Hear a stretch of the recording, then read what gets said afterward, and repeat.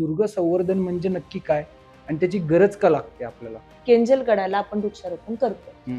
आता तुमचा परत एक प्रश्न होता की का गरज काय दुर्ग संवर्धनची. केंजलगड हा आपला रोहिडा खोऱ्यातला, ठीक आहे, आपला रायरेश्वर पठार आणि केंजलगड जवळ. तर त्या गडावर मी जेव्हा पहिल्यांदा गेली, गड बघितला, सर केला, तर त्या गडावरती मी असं शोधत होती की झाड कुठे, किमान छोटंसं रोप, कुठेच झाड नाही. पूर्ण गड हा भकास, एकदम भकास. एक दारूचं कोठार आहे, चुन्याचं खाना आहे, बस. त्या गडाकडे कोणी फिरकतही नाही.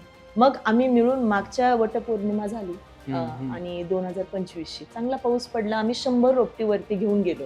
बर.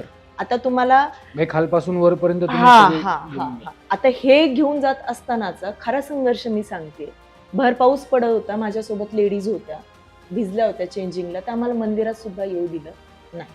आम्हाला जेवण बनवायला पण आम्ही बाहेर बनवलं, गाडी उभं करायला पण पार्किंग चार्जेस, नाही का.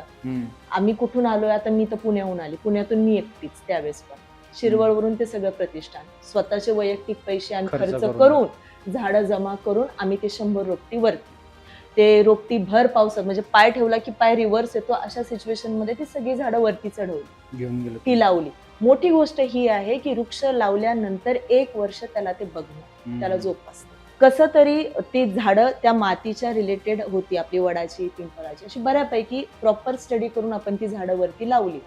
देव कृपेने चांगली रोपली पण. मोरल ऑफ द स्टोरी, आता वनवा पेटवण्याचा एक फॅड आलाय.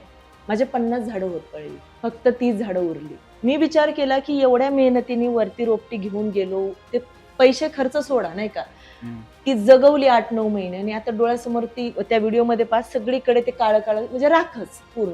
मग विश्वास ठेवला मी जनतेकडे, मी सरकारकडे गेले नाही, कोणाकडे नाही, मी तिथेच उभी राहून एक व्हिडिओ केला, आणि तुम्ही बिलीव्ह नाही करणार, मी जेवढा निधी अपेक्षित होता त्याच्याहून डबल निधी आला. मरताना मी बोलू शकते ना, किंवा माझी ती पूर्ण टीम बोलू शकते, किंवा आज ज्यांनी ज्यांनी निधी दिलाय ते बोलू शकतात. केंजलगडला मी फुलाची पाकळी होईल त्या स्वरूपात आम्ही काहीतरी केलं, आणि आज तिथं झाड आहे.